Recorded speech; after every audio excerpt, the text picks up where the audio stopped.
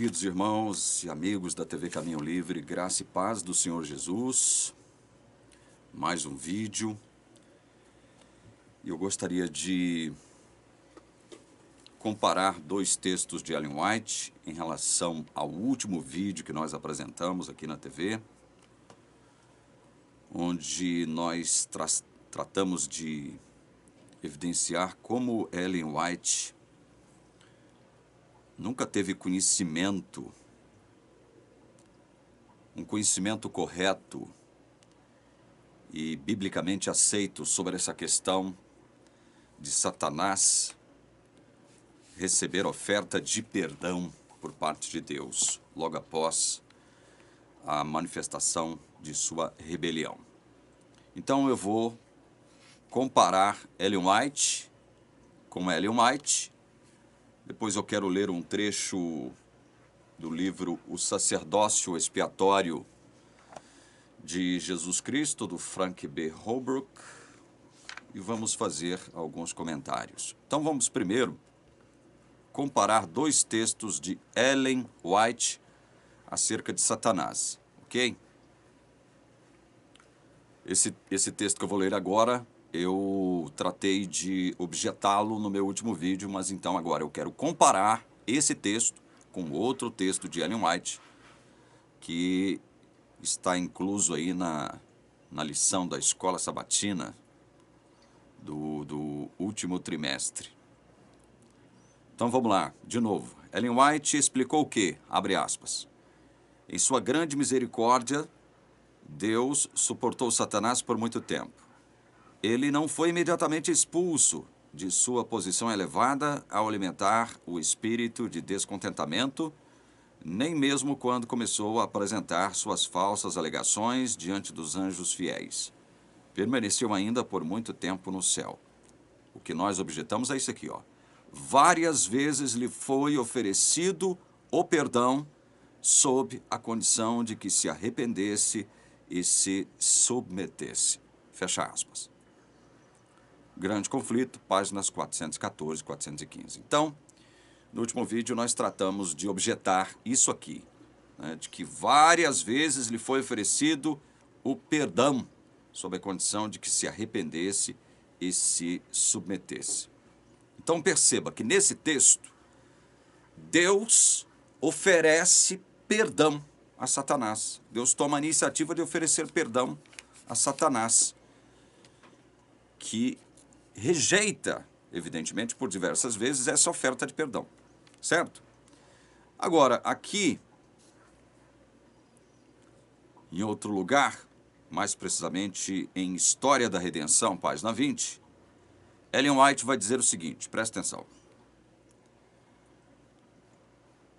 Ao ser expulso do céu, Satanás decidiu, abre aspas para Ellen White, destruir a felicidade de Adão e Eva, fecha aspas, na terra e assim causar, abre aspas, tristeza no céu, fecha aspas. Ele imaginou que, abre aspas, se pudesse de alguma forma induzi-los à desobediência, Deus faria provisão pela qual pudessem ser perdoados, e então ele e todos os anjos caídos teriam uma oportunidade de participar da misericórdia de Deus. Fecha aspas, mais uma vez, para Ellen White. História da Redenção, página 20. Espera lá, então deixa eu ver se eu estou entendendo. Naquele primeiro texto que eu li, Deus oferece perdão e ele rejeita.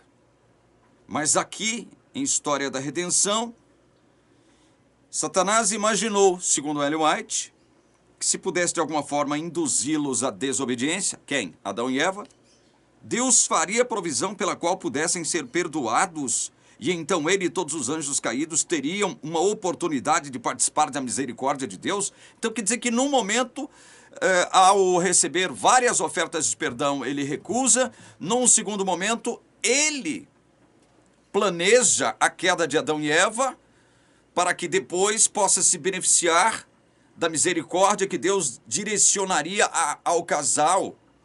Ou seja, ele e os anjos caídos poderiam também se beneficiar da misericórdia que Deus direcionaria ao casal? Que história é essa?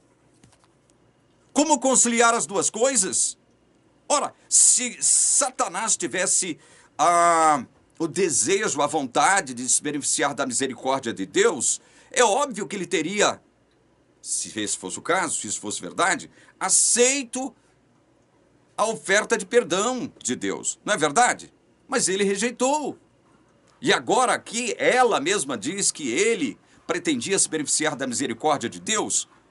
Eu vejo nisso uma possível contradição, não só de Ellen White, mas de Satanás. Ellen White, ela escreve algo aqui em História da Redenção, que depõe contra o que ela escreveu no Grande Conflito. Eu não sei o que foi escrito antes. Provavelmente o que foi escrito no Grande Conflito deve ter sido escrito antes, eu não sei. Mas uma afirmação dela no Grande Conflito não se coadina com essa afirmação de História da Redenção, página 20. Vocês compreenderam a incoerência de Ellen White? Num momento, no Grande Conflito, ela diz que Satanás rejeitou a oferta de perdão.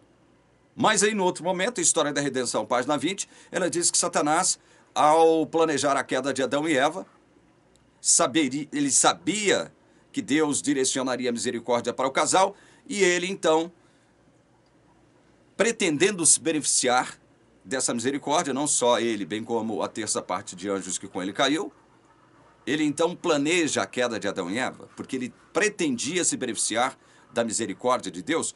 Olha, sério, vocês estão percebendo como é grave essa questão?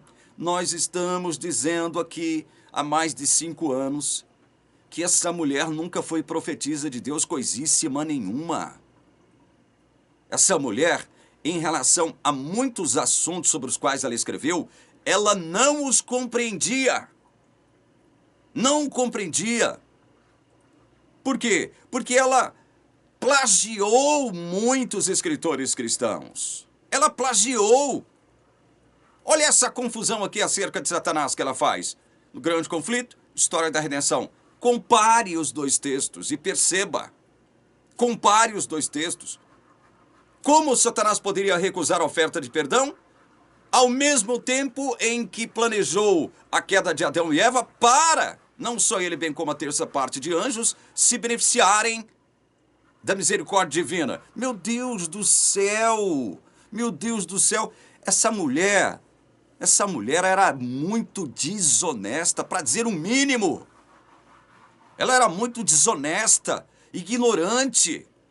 Nunca compreendeu o que é o Evangelho da Graça, nunca compreendeu. E quando eu disse aqui uma vez que ela mais confundia do que explicava, eu fui muito criticado por isso, e eu já esperava por isso mesmo. Mas é verdade. Quando eu comecei a entender certas coisas, eu percebi que havia confusão nos escritos de Ellen White. Eu pensei comigo mesmo, meu Deus, textos como esse que eu acabei de ler para vocês aqui, ó, comparando o Grande Conflito com a História da Redenção, em outros assuntos, eu observei essa mesma incoerência, em alguns casos até contradição. Eu falei, mas não pode. Uma hora, num determinado lugar, ela diz uma coisa, outra hora, em outro lugar, ela diz outra, acerca do mesmo assunto. Não pode. Foi aí que eu me determinei a não ler mais Ellen White para me orientar em relação a absolutamente nada. Nada. Foi nesse instante, quando eu percebi as incoerências e algumas contradições de Ellen White, que eu me determinei a não, dentro da Igreja Adventista, a não me orientar mais em Ellen White a respeito de nada. Nem citá-la nos sermões que eu pregava dentro da igreja, eu citava mais. Vocês estão observando como isso aqui é grave? Satanás, num momento, recusa a oferta de perdão, mas em outro momento, ele pretende se beneficiar da misericórdia divina direcionada a Adão e Eva. Pelo amor de Deus, meu Deus do céu. Será que vocês não percebem isso, meus irmãos? Eu falo isso agora com pesar no meu coração. Meus queridos irmãos adventistas, prestem atenção nessas incoerências, nessas contradições ellen whitianas. Outro texto que eu gostaria de salientar para vocês aqui, que vai na contramão da palavra de Deus, é isso aqui, ó. O sacerdócio expiatório de Jesus Cristo, página 192. A condenação de Satanás. Na fase pré-advento do juízo final, fase pré-advento é o juízo investigativo, tá? Na fase pré-advento do juízo final, iniciada no céu em 1844, o verdadeiro povo de Deus deve ser confirmado e conservado no livro da vida. E os falsos crentes devem ser removidos. Removidos de onde? Do livro da vida. Isso aqui é outra idiotice, outra bobagem que esse eminente teólogo adventista fala aqui, né? Ou seja, ele vai no mesmo rastro de Ellen White, dizendo que falsos crentes devem ser removidos do livro da vida. Ou seja, o Deus onisciente, sabendo que um crente seria falso, mesmo assim inscreve o nome dele no livro da vida, porque ele simplesmente se batizou e se uniu a uma determinada igreja, ou confessou da boca para fora, porque Deus já sabia que ele era falso, né? Deus inscreveu o seu nome no livro da vida nesse instante, mesmo sabendo que ele era um falso crente. É impressionante esse tipo de entendimento dentro da igreja adventista. Impressionante. Mas, beleza, vamos continuar. O tribunal deve condenar... Que tribunal? Juízo investigativo. Leia-se. Juízo investigativo, que supostamente teria começado em 1844. O tribunal deve condenar o chifre anticristo, despojando-o do seu domínio e decretando sua destruição.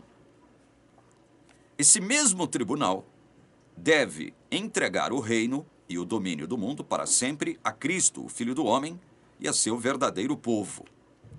Bem, se tudo isso ocorrer, é interessante ele colocar isso aqui, né? Se tudo isso ocorrer, então podemos sugerir vigorosamente que Satanás, o verdadeiro poder por trás do anticristo e o usurpador do domínio deste mundo, também será investigado nesse inquérito judicial pré-advento.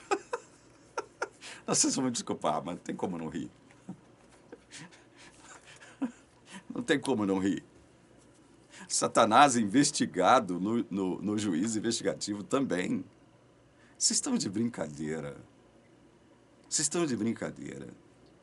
Satanás, então, também terá sua vida devassada no juízo investigativo. Meu Deus do céu. É o que escreve esse proeminente teólogo adventista chamado Frank B. Holbrook, aqui nesse livro lixo, O Sacerdócio Expiatório de Jesus Cristo. Até Satanás será investigado no juízo investigativo. Vocês estão de brincadeira comigo? Não. Não, comigo e com todo... Comigo não mais, mas com a membresia da Igreja Adventista. Vocês estão de brincadeira. Vocês só devem estar de sacanagem. Não pode. É impressionante.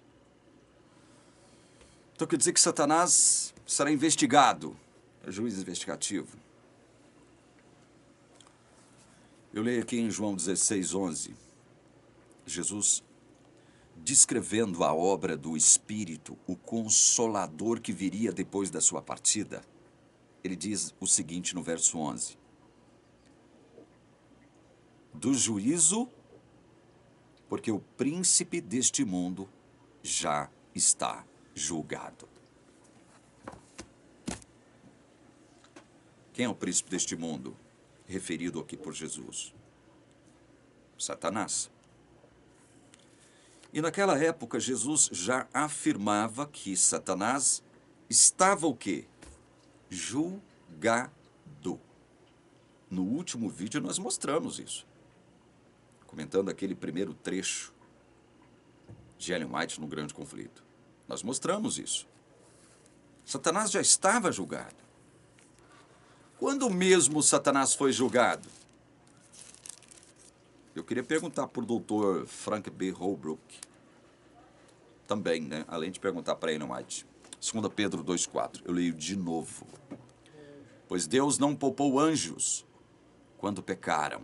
Olha, Deus não poupou anjos quando pecaram.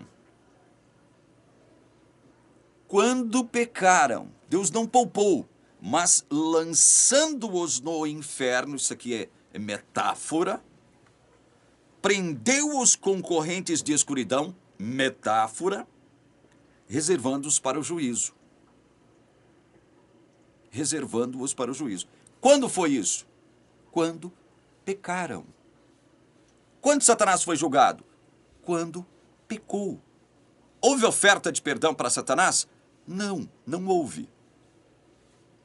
Em algum momento, Satanás pretendeu beneficiar-se da misericórdia que Deus direcionaria para Adão e Eva, não só ele, bem como a terça parte de anjos. Nunca houve isso revelado na palavra de Deus. Não há nenhum resquício que se aproxime minimamente desta ideia de que Satanás pretendia, ao planejar a queda de Adão e Eva, não só ele, bem como a terça parte de anjos, se beneficiarem da misericórdia de Deus. Não há nenhum resquício minimamente disso na palavra de Deus. Diante disso, meus irmãos, eu rogo mais uma vez, pelas misericórdias de Deus, que vocês, irmãos adventistas, prestem atenção na palavra. Parem de dar atenção a Ellen White e a esses teólogos adventistas que escrevem e falam contrariamente à Bíblia.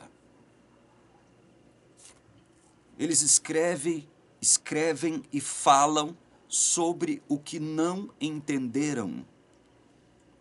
Escrevem e falam contra a Bíblia. Vocês desejam permanecer na igreja?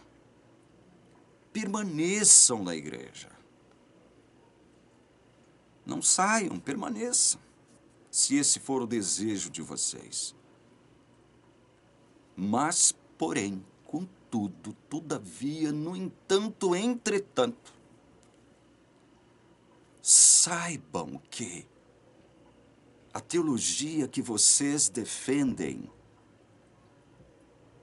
está tremendamente equivocada no que diz respeito ao Evangelho da graça do Senhor Jesus. Saibam disso. Saibam que Ellen White foi falsa profetisa, porque um profeta verdadeiro não se contradiz. Não diz algo aqui e depois desdiz ali, sobre esse mesmo algo que anteriormente ele disse alguma coisa. Um verdadeiro profeta de Deus não confunde. O verdadeiro profeta de Deus expõe aquilo que Deus lhe revelou. Um verdadeiro profeta de Deus faz aquilo que Deus quer que ele faça, escreva aquilo que Deus quer que ele escreva, por inspiração sua, do Espírito Santo. Eu rogo a vocês que prestem atenção ao que a palavra diz. Vocês estão vendo aqui, texto de Frank Holbrook, dizendo que até Satanás passará pelo juízo investigativo. Até Satanás. É impressionante isso. Aí aqui no Grande Conflito, você me lembra que isso é na página 480. Ellen White diz: assim, no grande dia da expiação final e do juízo investigativo, os únicos casos a serem considerados são os do povo professo de Deus.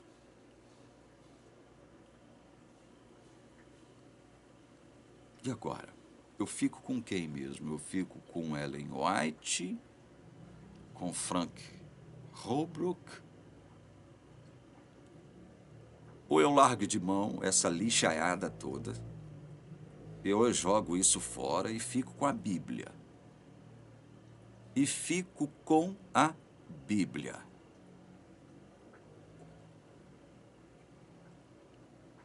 O que eu faço? O que você deve fazer? Você viu que aqui ele diz que Satanás vai participar do juízo investigativo. Sua vida também será julgada ali. Satanás sendo julgado no juízo investigativo.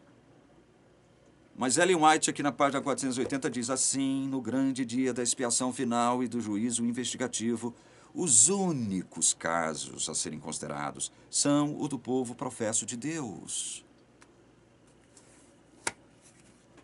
E aí, meu querido irmão, aqui nós temos um exemplo de teólogo adventista contradizendo quem? Ellen White. Porque ela viveu antes dele. Então é o teólogo que está contradizendo Ellen White. E aí, quando o adventista percebe esse tipo de incoerência, esse tipo de conflito entre um teólogo e Ellen White, entre Ellen White e outro teólogo, aí ele fica meio confuso em quem acreditar, no que crer. Que bagunça, que confusão é essa, meu Deus do céu? Que Babel é essa? Que confusão é essa? Aí você não crê mais em textos como esses que eu vou te mostrar aqui, ó. Por conta desses lixos. Esses lixos aqui, ó. Isso aqui tudo é lixo, ó. Isso aqui é lixo. Isso aqui serve para acender fogueira, para você fazer um churrasquinho na sua casa. Isso aqui tudo é lixo. Aí por conta desses lixos aqui, você deixa de crer em coisas maravilhosas como essas aqui, ó. João 5:24.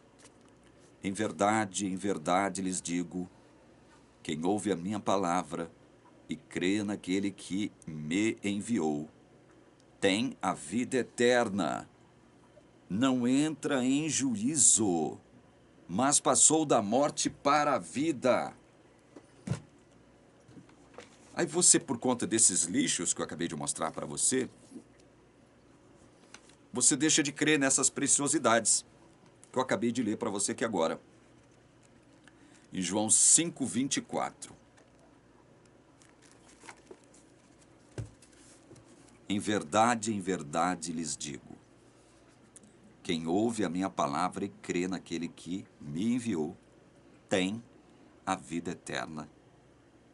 Não entra em juízo, mas passou da morte para a vida. Eu já tratei muito desse tema aqui, né? Mas e aí, meu querido irmão? O que você me diz? Você prefere ficar com o lixo da Igreja Adventista? Ellen White e os teólogos que estão em conflito, você viu aí? Ou prefere crer na palavra de Deus pura e simples, como está escrito aqui? Aquele que verdadeiramente ouve a palavra de Deus e crê verdadeiramente em Jesus, tem a vida eterna. Porque esse ouvir e crer são provenientes da obra do Espírito Santo em você. Não é algo que você produziu em você mesmo, por conta da sua própria decisão e escolha. Não, o Espírito Santo agiu em você, porque ele quis agir em você, porque ele age em quem ele quer, ele sopra em quem ele quer. Ou você não crê na Bíblia, irmão?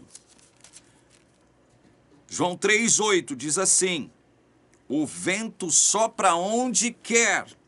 Você ouve o barulho que ele faz, mas não sabe de onde vem nem para onde vai. Assim é todo que é nascido do Espírito. O vento é uma metáfora aqui para o espírito. Pneuma, metáfora aqui, é uma metáfora para a obra do Espírito Santo. O vento sopra onde quer. O Espírito Santo sopra onde ele quer. Então, quando o Espírito Santo quer soprar em você, ele sopra em você. E porque ele sopra em você, você ouve a palavra de Deus, você ouve, ou seja, você compreende. Você se arrepende dos seus pecados. E o Espírito Santo dá para você não só o dom do seu arrependimento, ele te dá o dom da fé também. Ele concede a você o dom do arrependimento e o dom da fé, através do qual você crê. Então, quando isso acontece com você, por obra do Espírito, você tem a vida eterna, irmão. Olha o que disse Jesus. Não entra em juízo, ou seja, não entra em condenação. Não entra em condenação. Passou da morte para a vida. Passou da morte para a vida. Será que você vai tentar distorcer o sentido puro e simples disso aqui, porque você crê mais em Ellen White e nos teólogos adventistas do que na própria palavra? O fato de você crer em Ellen White e nos teólogos adventistas faz com que você comece a duvidar da palavra de Deus. Faz com que você comece a duvidar de um assim diz o Senhor, meu irmão. Você não prestou atenção nisso, não? Aí, outro texto. Romanos 8:1. Agora, pois, já não existe nenhuma condenação para os que estão em Cristo Jesus. Seu caso foi julgado, seu caso foi considerado no tribunal de Deus, naquela época, hein?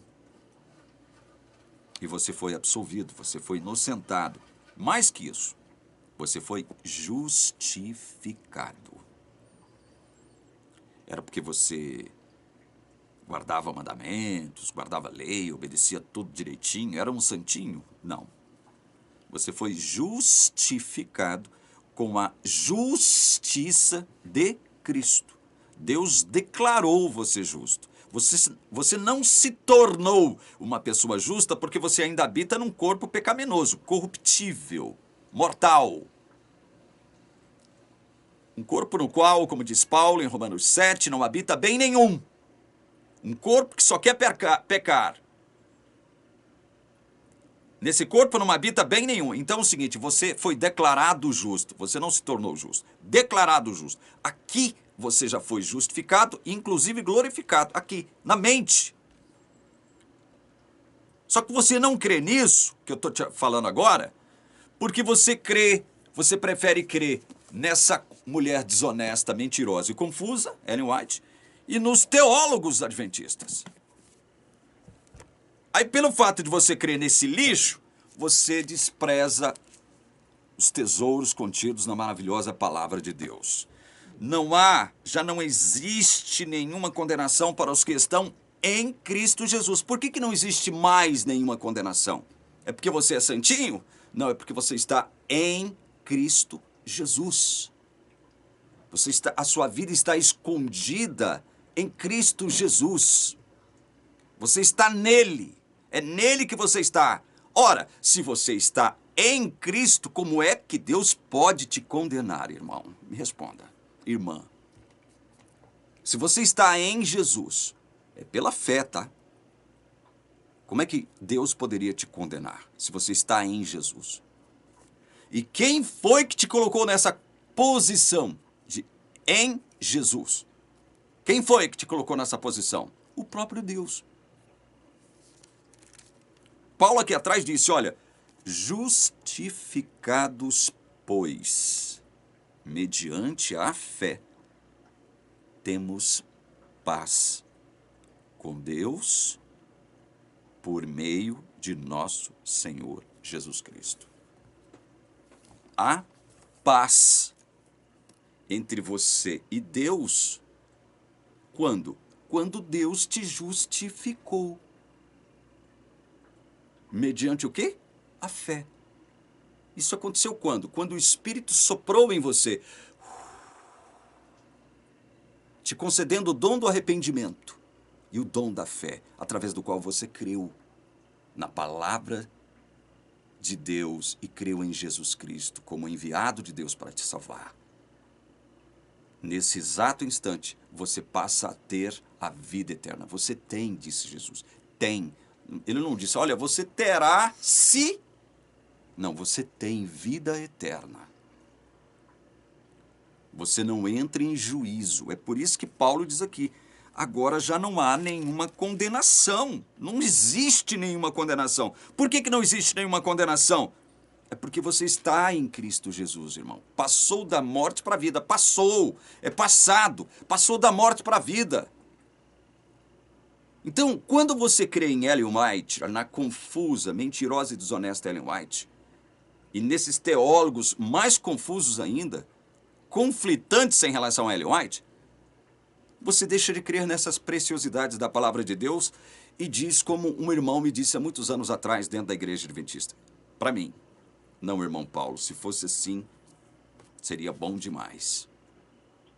Isso é bom demais para ser verdade, se for desse jeito que você está falando. E eu acreditei nesse irmão. Eu pensei assim, realmente, é bom demais mesmo. Não pode ser assim tão bom, né? O evangelho não pode ser assim tão bom, tão fácil, né? Não pode. Tem que ter algum complicador, tem que ter uma pedra no caminho, tem que ter um abismo, né? Quase que intransponível entre mim e Deus, né? Porque o evangelho não pode ser tão fácil e tão bom assim. É bom demais para ser verdade. Foi o que eu ouvi da boca do irmão. Meus queridos irmãos, e eu infantilmente acreditei nisso durante muitos anos da minha vida. Vocês estão brincando. Vocês preferem continuar nessa confusão, nessa Babel teológica, que é a teologia adventista. A teologia adventista é uma Babilônia teológica. A palavra de Deus é clara, ela é pura e simples, basta você compreendê-la como ela está. Não complique mais as coisas para você. Deus descomplicou a sua vida, aí vem Ellen White, vem os teólogos da igreja adventista e põe um monte de pedra no seu caminho. Criam um abismo quase que intransponível entre Deus e você, entre você e Deus. Não é tão fácil assim não, irmão. Como aquele teólogozinho, aquele pastorzinho que fazia um programa na Novo Tempo também disse. Eu ouvi ele dizendo isso, hein? Na TV Novo Tempo, alguns anos atrás, porque hoje ele não está mais no ministério adventista. Ele disse, não é só crer somente. Não é crer somente, não. Isso não é assim. A Bíblia diz, crê no Senhor Jesus Cristo. Vou ler o texto. Atos 16. A Bíblia diz, diante da pergunta, senhores, que devo fazer para que seja salvo? Eles responderam, creia no Senhor Jesus e você será salvo, você e toda a sua casa. Aí o pastor, que já não está mais na Novo Tempo, nem no ministério, disse o seguinte, creia no Senhor Jesus, você será salvo, você e toda a sua casa. Não.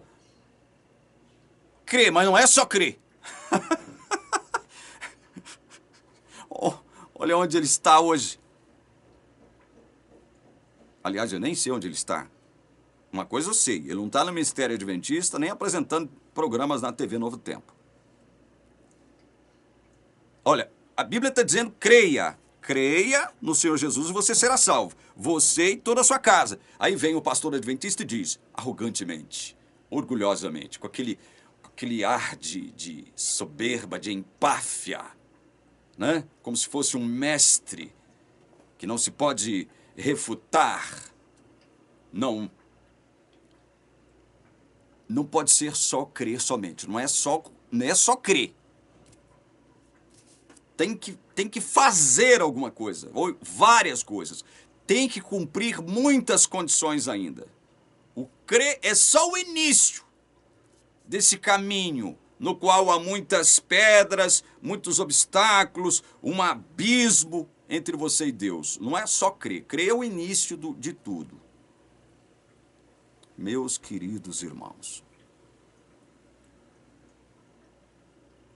aí, para encerrar o vídeo, eles vão interpretar as exortações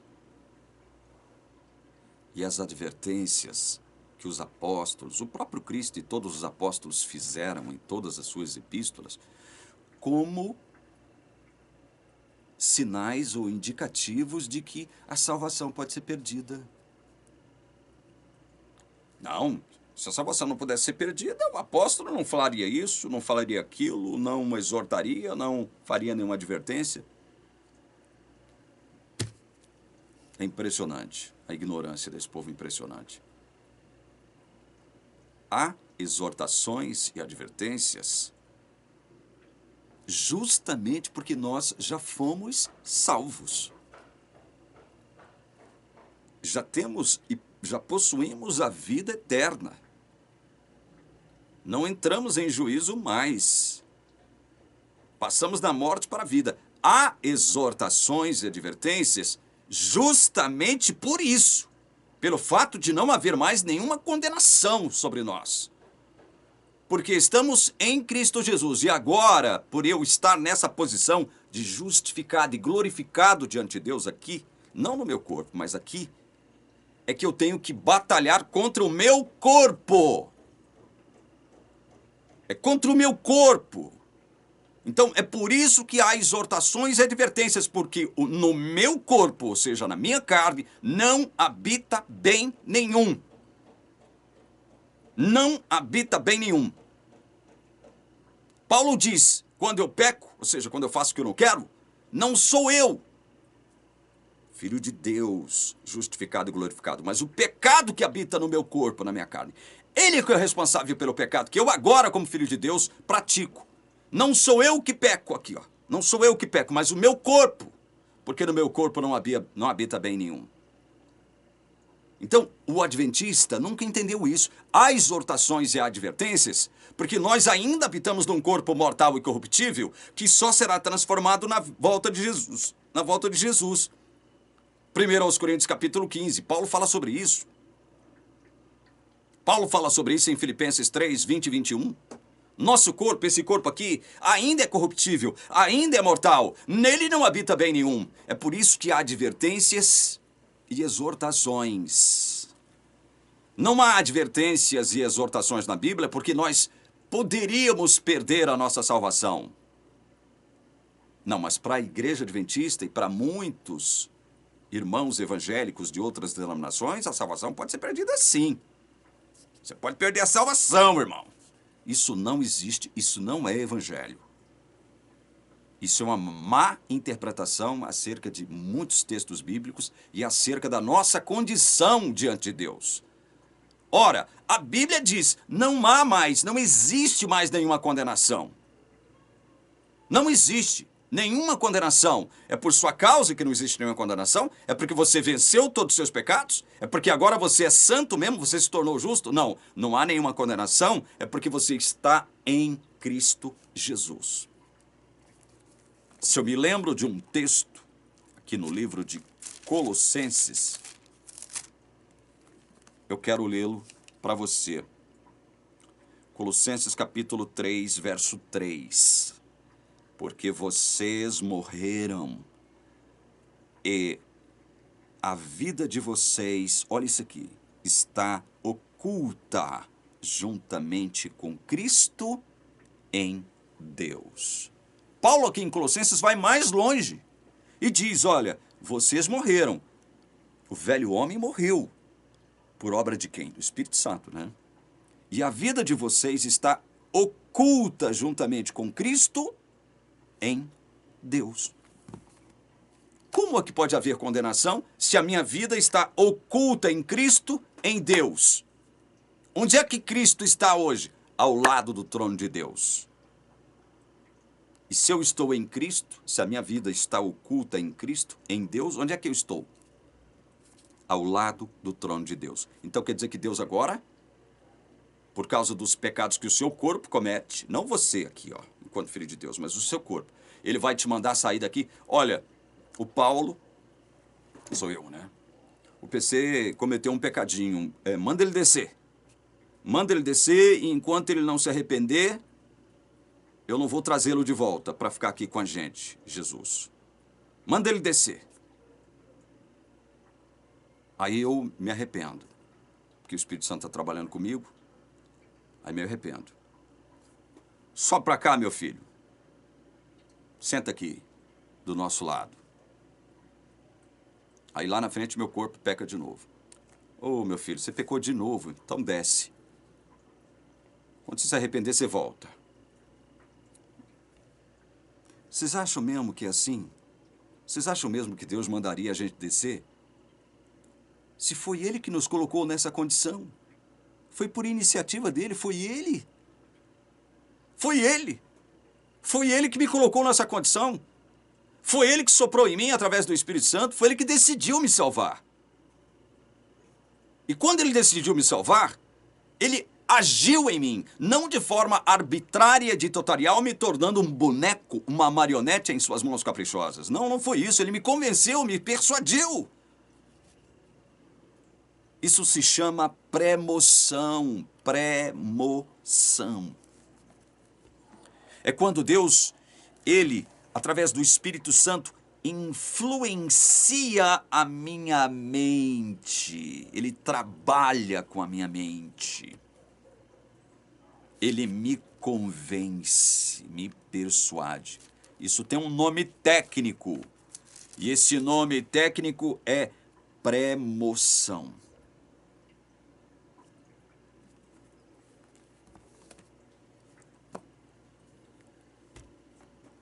Deus faz isso.